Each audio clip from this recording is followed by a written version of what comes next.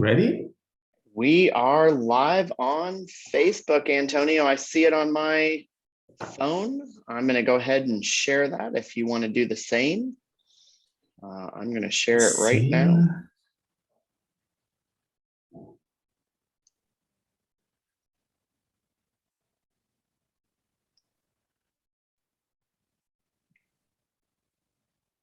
Yeah, let me find it. I'll give you a moment to share it yourself. It should pop up on our ENTRE-Preneur-Ship page. I've gone ahead and shared that as well. Not yet.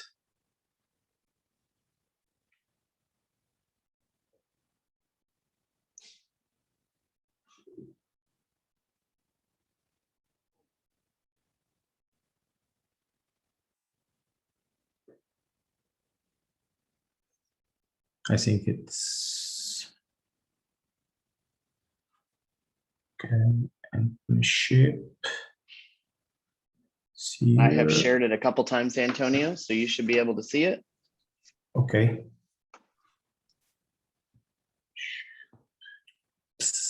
I don't have the option. Where is the sharing? Okay, now it's it. There you go. Oh, wait, it's not. Oh, I am sharing in the wrong group. Can you believe it? Well, I know you have a lot of pages as well, so I'm not surprised by that. Don't worry. Let's move on. Let's move on. Well, it's okay. We're giving some people an option to join us here and some time to join us. And let me see the video. Where is the video? I can't find it. No. Oh.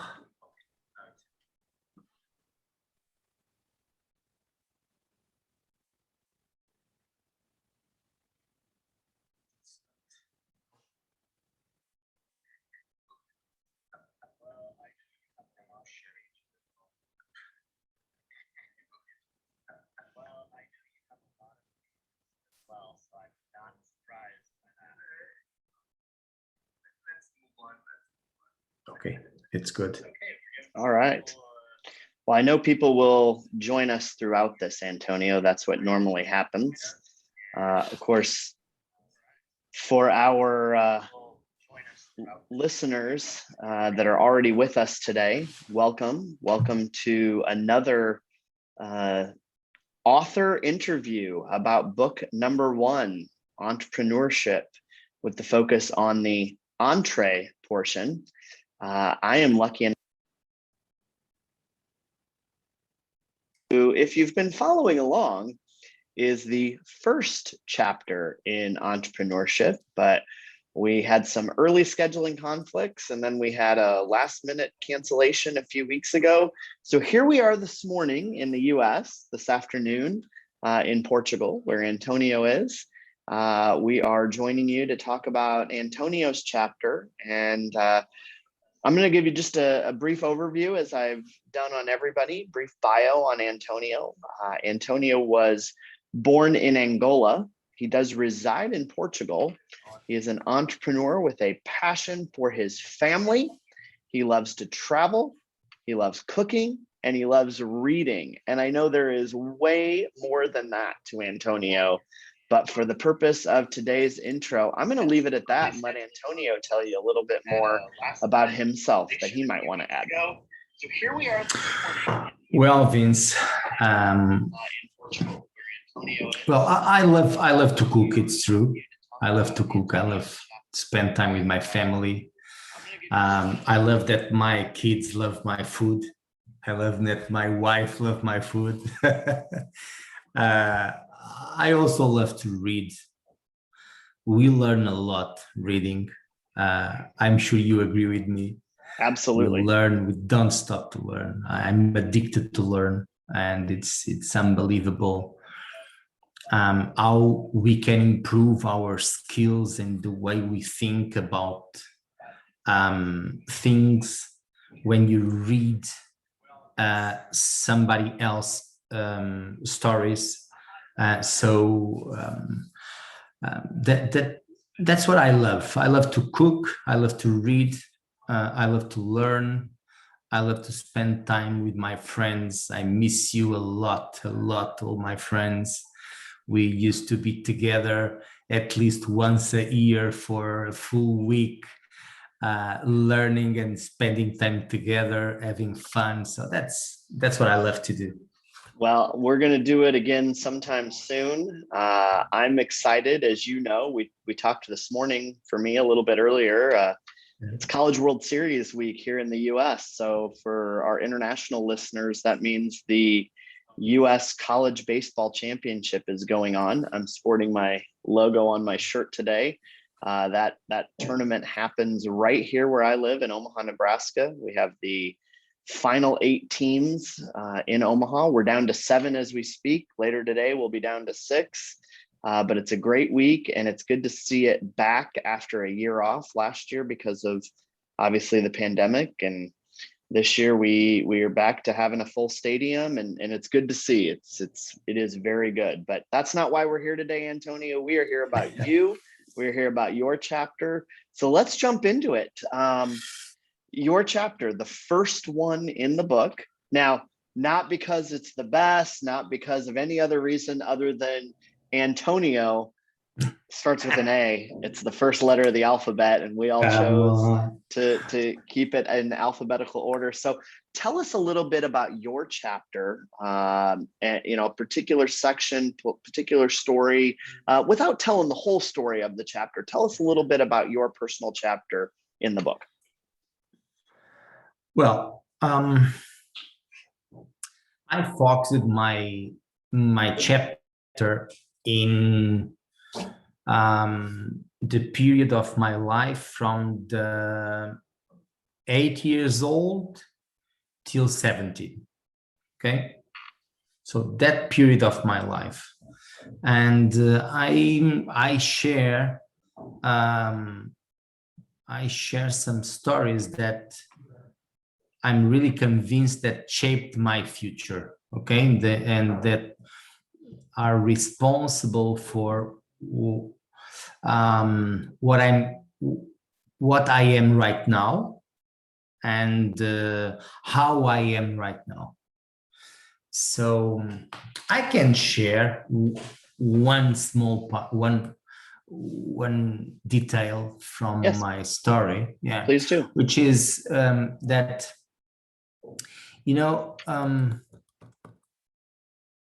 I think that accountability and responsibility, it's something very, very special for you to grow.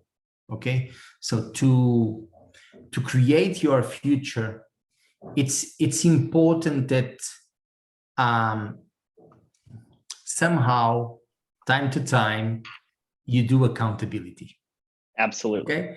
So in that period of my life, of course, from the age of 8 till 17, we are not expecting people to be that responsible. I was not. Okay. But when I was 8 years old, my father told me something that I strongly believe that shaped my future. He told me, look, Antonio, I was 8 years old, and he told me, look, I would love to be known as Lito's father, because my father called me Lito. Don't tell anybody, okay? Nobody. You just told a lot of people. Oh my God, I've just forgot. Okay, so and he told me, look, I really don't. I would love to be known as Lito's father. I don't want you to be known as my son to the rest of your life. And that small sentence shaped my future. I love it. Yeah. So from that day on, time to time, I was thinking, how can I manage that my father can be known as Lito's father? Understand? So, sure. whoa, and that was something weird and difficult, but you know, I had friends, crazy friends, good friends, but they were doing crazy things. And when I was called to choose what to do, I think about this and I say, whoa, no, I cannot do that, because it might be really difficult for me to be known as, okay.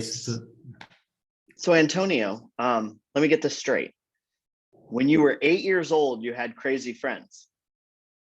Of course, I still do. And today you still have crazy friends. That's exactly where I was at going. least nine crazy Nothing friends. has changed. I was going to say you only have 8 crazy friends, because clearly it's not you or me.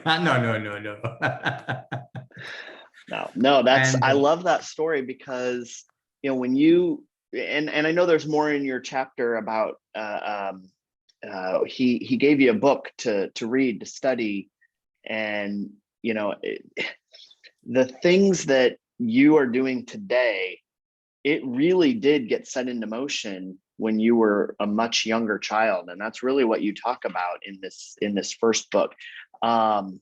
You know, we're going to get into book 2 and book 3 here in a little bit, but in this first book, you did a great job in particular of setting it up for that early childhood, as you pointed out, 8 to 17 years old, really what helped shape you into the successful person that you are today. And I love the fact that you tell everybody, look, it started then. It started when my dad said, I want to be known. I want you to, you know, I want to be known as your dad, not you known as my son. I think that's a really important thing, because it helps ground you and hold you accountable to yourself, to your family, which, as we said at the very beginning, that's your passion. I mean, that's where everything starts and everything goes through that. So what else about your story in book 1 do you want to talk about? Anything? yes, because I can reveal that the headlines for my chapter is "We Never Give Up." So just to give you small clues about what you can find in my chapter, I can tell you that story about the book. I think it's a really good story. I love you it. know, Please share it with everybody. You are interviewing me, and people are witnessing that my English is not the best. Okay, today. So I'm 49. So imagine, oh my God, 38 years later, my English is not perfect. Okay, far from perfect. So imagine, Vince, imagine I asked my father for a computer, a ZX Spectrum. As probably some of you know, some don't. But it was a computer. It was a keyboard that you connect to a TV and to a, how do you call that? A tape reader, a tape recorder. Tape recorder? Yeah, tape recorder. Tape recorder, yeah. And you would listen something like this, and then the game will start in the TV, and you were using the keyboard to control, I don't know, a car or a moto or a person, and you were having fun. And I asked that for my father, and he told me, I can't. You have three. Sisters, so I cannot give one to each of you. But if you want, you can work in my computer when I'm not working. And Vince, now in a small pen drive, you have, I don't know, 32 gigabytes. Back to that time, there was no hard drive in the computer.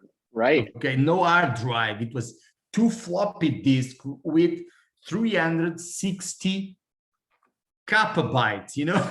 Nobody knows what is a KB anymore. But back to that time, it was 2 floppy drives 360 KB. And my father gave me a set of disks, of floppy drives, so 10 floppy disks, and a book in English for me to learn how to program Basic, Microsoft Basic, okay, in English. And you know something, Vince? I'm pretty sure that in that specific moment, I did the right choice. Instead of complaining and saying, I don't care, you don't like me, I'm not your son, you know, stuff like that. I said, okay, do you think I'm not going to play? I will build my own games. You know?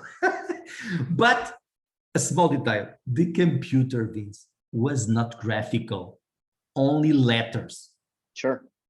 So I didn't learn how to speak English, as you can notice right now, okay? I didn't learn that, but I learned how to program by typing the examples, understanding what those examples were doing, so the result, changing something to understand the impact, okay? And then I start realizing how to transform that into something that could give me money to buy a computer. Understand? So that's it. That's what I did. And you're still doing it today, Antonio. You're still, yeah. It's awesome. And I have to correct one thing, because we have international listeners. They're trying to follow along in English. I know it's a second language for a lot of people. You do a great job speaking English. And because I know he's listening, some of our listeners would even say that you speak better English than our friend Russ. So I'm going to leave it at that. We'll see if Russ comments on it. Love you, Russ, if you're listening. I know you're out there. I know you're listening. And I know you agree with me that Antonio speaks better English than you, at least US English. So Antonio, let's talk about book 2 for a moment, or even book 3. What is it that excites you about the next chapters, book 2, book 3? Our listeners know by now that this is a trilogy. We're going to focus the next book on the preneur scaling up. We're going to focus the third book on the ship, the journey. What are you most looking forward to? Well, Vince, for book 2, so for the trilogy, what I expect is that people can read, take some notes, avoid some mistakes. Absolutely. Okay, so they can speed up. Okay, I'm addicted to speed in businesses. Okay, I'm really addicted to speed, and so when I write, I try to write about the key points that might be useful for people that are reading, understand? So they can speed up their businesses. So for book 2, if in book 1, I was talking about how to unleash your entrepreneur side and some tips that you can notice in your behavior that, look, it's normal. Don't be afraid. Just don't be afraid. It's normal. So there is a part in book 1 really good that I talk about this resilience. So you should read it. And so don't be afraid. It's normal to fail. I think that failure, it's part of the process, you know? Absolutely. I mean, we hear that all the time. I mean, look at light bulbs, look at cars, look at airplanes. There were failures to get us to where we are today. So I totally agree with you. We've all had challenges. We've all had challenges within the last, year and a half that we didn't see coming. Totally different set of challenges, obviously, but you are absolutely right. Look, Vince, I would love that our friends could share our book with young students, 12 years old, 10 years old. Why? And I tell you why, because you can become an entrepreneur because you don't need nothing to survive. Understand? Survival mode when you are 12, 10, 12, 16, it's easy because you have your parents, you can eat, you can sleep, you know, so you can go to school, you can learn because you need you need knowledge. So go to the school, but then in your own time, come on, try to understand what you really love and try to build something, because if you fail, what's up, man? No problem. Try again, man. Try again. Yeah. Try absolutely. again. Try again. That's it. So after that, when you start to decide your own, when you need to do your own decisions, and decisions cost, okay? Decisions cost. Then book 2, it's about that. It's the transition between the survival mode and the stability, and how can you overcome stability to abundance, in my opinion. And stability, as my good friend Max Srinivasan shared in an amazing way, stability, it's a very, very tricky stage, very tricky, because if you are not enough in love about what you do, you don't try to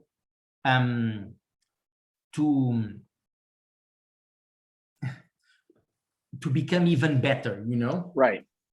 You're gonna feel some comfort because the bills are paid in the stability mode. You manage to pay your own bills, but the thing is that, okay, with that comfort, what is your decision? Are you going to rest, or are you going to invest that stability, okay, to innovate, to create the next you, the next version of your company, of your product, of your service? Understand? Right. So book 2, it's all about this, okay? It's about this.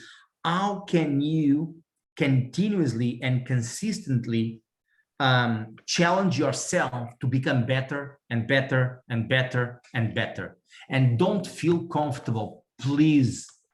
That's my advice to everybody. Don't feel comfortable. I love it. I love it. Said comfort is, I think it's the worst sensation that a entrepreneur can feel. Comfort? I was never comfortable, man. I'm not comfortable yet. Well, and you think about it from the very beginning. This first book, we talk about how entrepreneurs feel alone, and that's not uncommon. That's an uncomfortable feeling. We talk about how there are challenges, there are failures. Those are uncomfortable feelings. Yes, to be successful, you want to get more comfortable, but you never want to be so comfortable that you stop succeeding or trying to get better or reach higher goals or things like that. And so I love that advice. I love that thought. I know a couple comments have come in about loving the thought of getting this in students' hands. I have a 13-year-old son and an 11-year-old daughter. My son, just 2 days ago, we were down at the College World Series, and we were at one of the tents, the shop areas with people that are there selling things. And he looks at me and says, that kid right there, who's maybe 12, 13 years old, same as my son, he said, that's one of the YouTubers that I watch. That's how my son knows him, a YouTuber. He's got a video blog on YouTube. He was at the College World Series. We get home that night. What does my son do? Pulls out his phone, shows me, yep, that's the kid. Sure enough, we saw him with pictures, video all over the College World Series. And my son knew him, knew who he was. Didn't know him personally, but this is a successful youth, however old he was. My daughter wants to have a an Etsy store, a craft store. She's making stickers for my son's baseball team, shirts for my son's, the baseball moms that are from my son's team. This is what my daughter's doing. She's 11 years old. And our job, in my opinion, all of us, my friends, my wife, me, you, I mean, our job's to help make her a success, but not just give it to her. These are her ideas. These are her things. I love the idea of putting this book in the hands of our youth in the world. So I love it. Question for you about book one. And I've asked everybody this. It's not the tough question, so don't get ahead of yourself. What was the best part of working with the other 9 authors? The best part, so first, building something together with other 9 entrepreneurs that are also completely crazy about what they do. It's a lot of craziness together, understand? So it's really good. I love that environment, you know, Vince. I really love. I love to learn as I share with you. I think that the most difficult part was keeping the focus, maintain the focus, and maintain. That probably was the biggest challenge, you know, because you have 10 people that all are passionate about what they do. They all have, let's call it what it is. We all have big egos. We all are successful business people. We're all trying to help each other to get to the end, which is write this first book, write the second book, write the third book. I mean, but yet we get on the phone and we're also friends. So we go off on tangents and we talk about what's going on in our family and travel and the pandemic and vaccines. And I mean, we're all over the place. And, you know, sometimes one of us, and it seems like it's always somebody different, says, hey, let's get back on track. And then we'll go for a little bit and we'll get off track again. And then we'll get back on track. And so our hour meetings, we get maybe 15 minutes of work done sometimes. Yes, I know probably, it's more than that, but probably not much more than that. But you know something, Vince, inside your comment right now, inside your comment is something that I'm writing in the second book. It's about the ego. I don't know. I think I'm going to share this. Okay. Do I think that can I spoil something about? Yeah, it's a hook. People are going to have to buy the book to find it out. Yeah. Look, you talked about egos, big egos, but the big thing, Vince, is that each of us already won the biggest fight in our lives. It's our fight against the ego, because we all learn how to delegate. Yes. And that's one of the key factors for you to go from stability to abundance. The only way, delegation. Love it. You cannot speed up without delegating. And I remember when I went to my first international conference. It was a BNI conference in Long Beach. I was really lucky because there was a guy there launching his book. Do you remember what book was back in 2011? 10 years ago. Which book? No. It's a guy that is the son of the author of the 7 Habits of Very Successful People. Stephen Covey Jr. Stephen Covey Jr. Yep. He wrote a book named The Power of Trust. Yes. Love that book. That book changed my life also. Okay. And it tells about delegation also. Okay. So it's all about that. If you really want to speed up, you need to understand that you alone, you have one head, two hands, two feet, and that's it. So if you really want to do more, you need to get people engaged with you. Absolutely. And to manage that, you need to learn how to trust, how to delegate. And that's the speed of trust for sure. And you're getting some great comments about, obviously, that this is a teaser for book 2, but also, you know, you can't speed up without delegating. Somebody said they love it. Somebody said they agree. Delegation is a path to grow. I've got a question that I'm going to come back to in a bit. It's been thrown out there on the chat. We'll get back to that one. But, you know, on top of that book, another book that always resonated greatly with me, and there's a number of books, obviously, by this author, is John Maxwell, because he talks about how leaders don't just lead others, they create other leaders. And, you know, part of delegation is having not only subordinates doing things, it's having other leaders doing things with you and for you. Sometimes you need to take things off your plate. I know I'm guilty of it, and I'm sure that any one of our other 9 authors would agree. You know, we do a lot, but the more that we are comfortable, trust others to do, the better off we're going to be, the quicker we're going to get to abundance or continue to add. And so I absolutely agree with you. Delegation is important. We've got to create leaders. We've got to delegate, and that's how we continue. So I love that.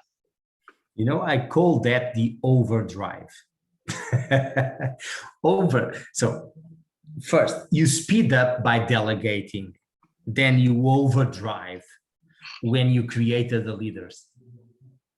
Okay, so right. That's my perspective there. So then you are flying to abundance. Absolutely. So a question that came in on Facebook Live, I've got to ask it. Let me go back to it. Antonio, if you wore a hat, would it be like your co-author Paulo's? Sorry. If you wore a hat on your head, yes, would it be like Paulo's hat, our co-author? What kind of hat would you wear? No, I would have many. So you'd change your hat based on what you're doing, the mood that you're in. Yeah. I like, you know, I like to adapt to the environment. I think that is something that we also all learned from our experience, is that, man, you are not the last cookie in the package. No. Okay. So, and if you are in the wrong place. You need to be among others that from whom you can learn. Understand? Absolutely. So adapt yourself, stay humble, okay? And of course, fight for your own ideas in the right moment, but stay humble. When you are humble, you learn. I agree. If you are not humble, you will not learn, because you think you know everything, and nobody knows everything about anything. Okay, so I would use several hats. Yes. And you know, that's fitting, if I might say, that I'm not shocked by your answer there, because you wear a number of hats even if you don't physically put a hat on your head, you wear a number of hats already. You do a lot of things. You have a lot of great ideas. I know many of us turn to you with computer related questions. You, to me, are an absolute genius when it comes to putting things in simple terms in a computer. I love technology. Personally speaking, I can run a computer, I can run a phone. I can't program it. And the programming that you do and the team that you have in place for some of the things and projects that I'm involved with you are absolutely stellar, and keep up the good work. I love working with you, Antonio. It's been great, and it will continue to be great. Thank you. So any final thoughts about chapter or book 1 or 2 or 3, working with the other 9 authors? Any final thoughts before the final question of the day? Oh my God. I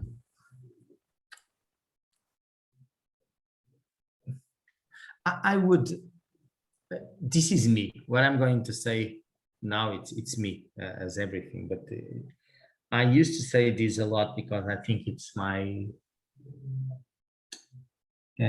obligation. You know, when you manage to be happy and to feel somehow realized, because I do what I love, you know.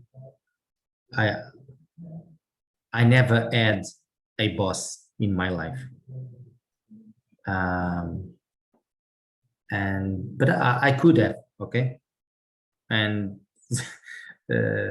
some years ago, I thought I should have had a boss so I could shortcut some of my paths, but it was not like that. And because I did my own path and I developed the things I was in love with, I need to share with those who are listening to us that it's really, really, really, really important that you find what you love to do. And come on, you need to have enough courage to follow your heart and what really makes you feel good. Because when you do that, Vince,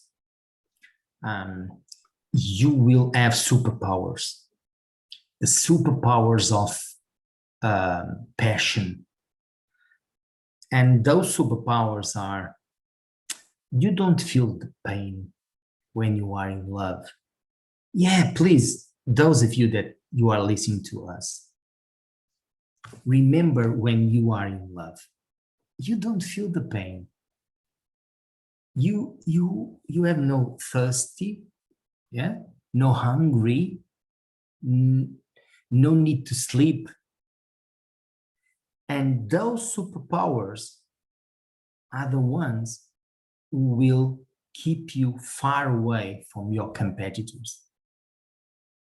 Because those superpowers make you not give up, but give up later, you know? And when you feel that, oh man, sorry, I really need to go to sleep. Man, your competitors are sleeping for 10 hours. Okay, so you have that gap, Absolutely, that advantage, you know. So I did many things that I was not in love. Okay, so I did things that I was not enjoying, but I need that money to do what I loved, you know. So sure. As long as you feel that you are doing that to do a different thing that you really love, that's good enough. Awesome. That's good enough. Awesome. Okay. I love it. I love it. I agree. You know, I've been asked a lot recently, what's your passion? I feel like that question keeps coming to me for whatever reason.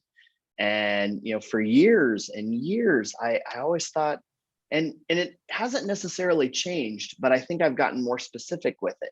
You know, my passion has been helping others since I was in high school. It was instilled in me, as I talk about in the book, being a man for others. I went to a Jesuit high school, and that was really instilled in us. I went to an all boys school, so that's why it was be a man for others. And obviously my post high school college was a Jesuit university, and of course it was men and women for others, but I'm male. We're going to go with man for others. I've had a passion to help others. I've had a passion to help other business people, but I've realized in recent years that my passion is really to help franchisees continue to grow their business, help franchisees be successful. And unfortunately, there's a lot of franchisees out there that are afraid to delegate. There's a lot of franchisees out there that don't know how to delegate. There's a lot of franchisees out there that micromanage. And that's what I have found my passion is, to sit down with them and say, you've got to let go of this. You've got to hire a bookkeeper. You've got to do this. You've got to let that go. And it's uncomfortable for them, but it's what they need to do. And you have summed it up very well in the lead into your chapter in book 2 about delegating, about creating other leaders. I appreciate it. I'm looking forward to our second book being complete, and of course our third book, and all the other great things that we continue to talk about.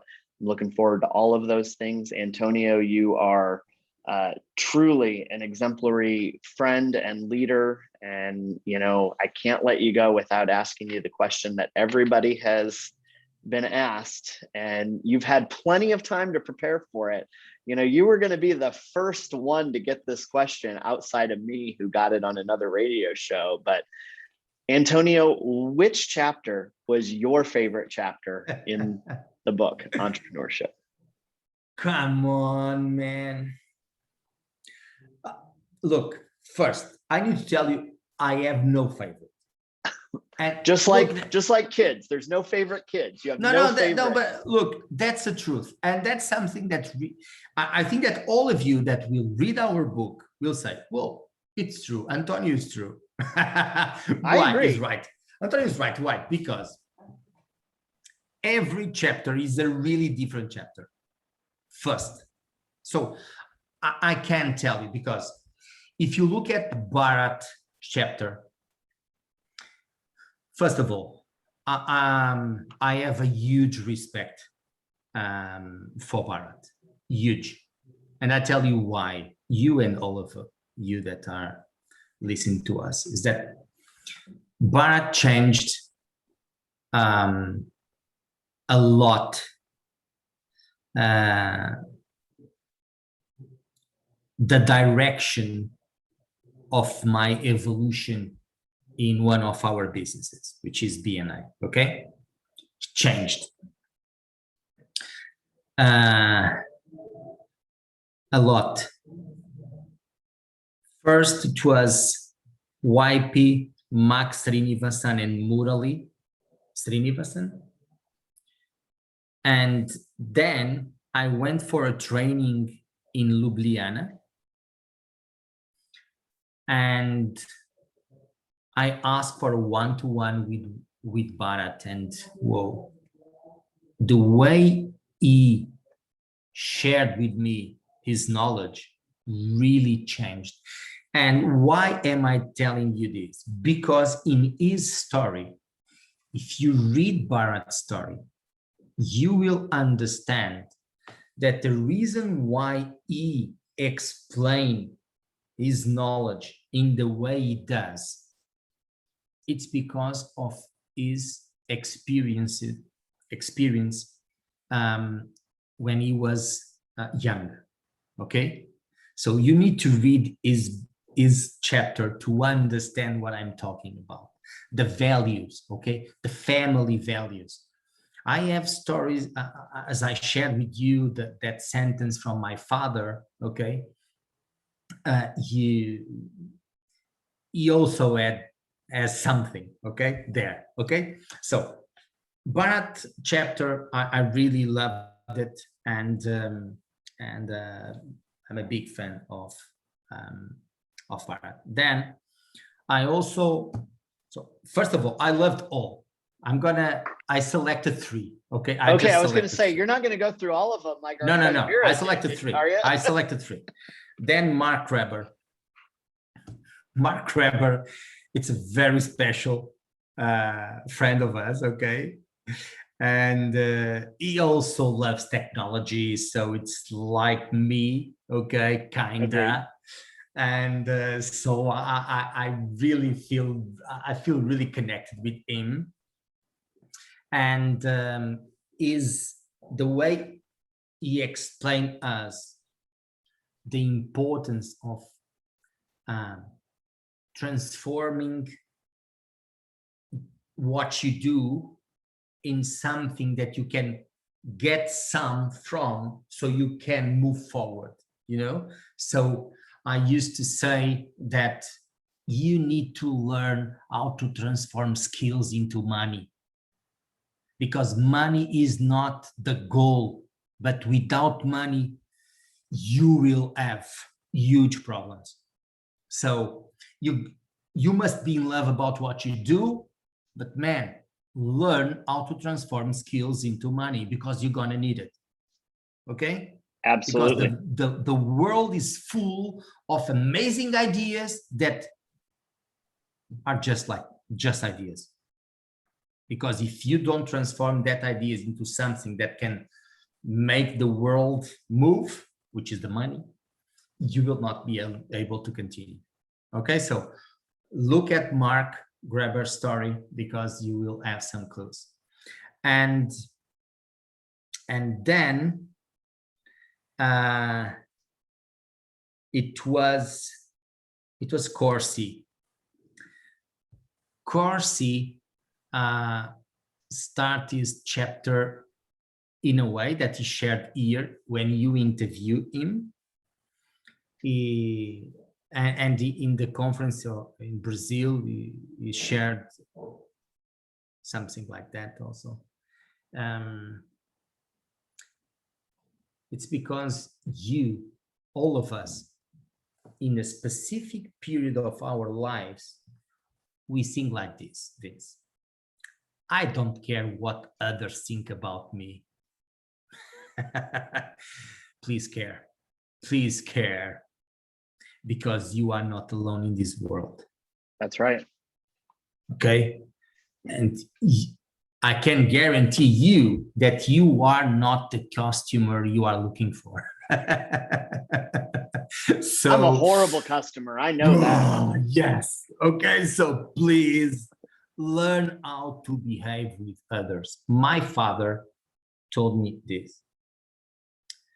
Man, Lito, you can do what you want, as long as you know that your freedom ends where others start. That's right. So you can do what you want, as long as you understand this simple rule. And if you read Paulo's chapter, you will understand that he starts with this, okay? So those are the three I selected here. And I could also talk about all the others, okay? Because I love the book. I really love the book. And I strongly recommend you to read the book. All of you. Absolutely. Okay? Read, because we really want you to succeed. Absolutely. We want our readers, our listeners to remember they're not alone. You know, you truly do. If you're connected with this page, with this group in any way, individually, collectively, we want you to know. Reach out to us, ask us questions, tell us your struggles, your challenges. Know that you're not alone. We've done it. We've been there. We want to help you.